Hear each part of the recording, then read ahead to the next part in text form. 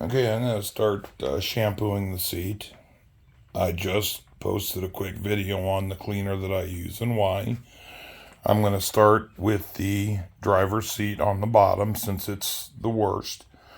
And what you do first is liberally spray the cleaner into the fabric. You don't want to completely soak it, make it dripping wet. You just want it wet enough to where when you bring a brush in or a towel in, whatever tool you're going to use to scrub the seat, that there's enough cleaner still on the surface to actually get rid of the dirt. So I'm going to take my spray bottle and soak down the bottom of the seat.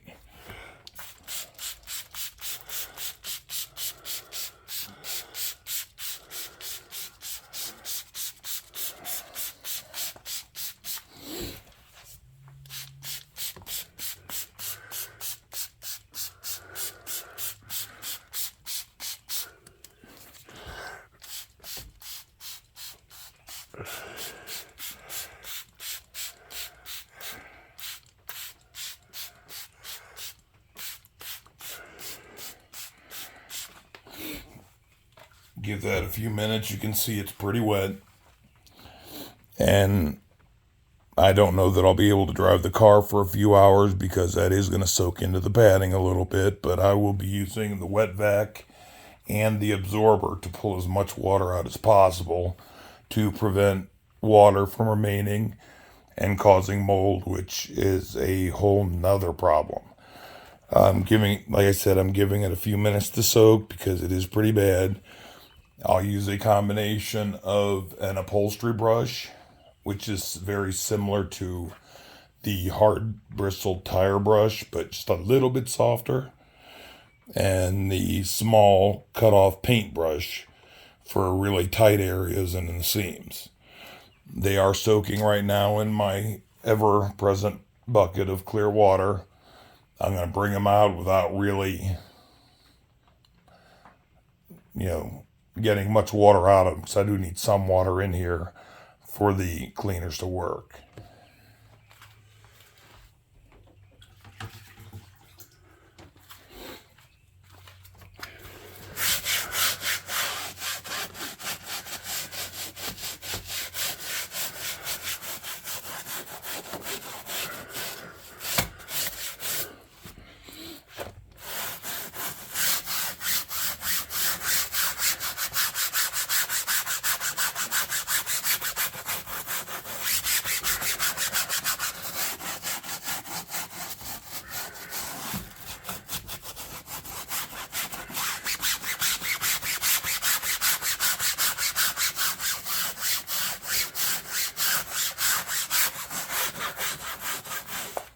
I don't know if you can see it or not, but the suds, especially up towards the end of the seat, are turning pretty brown.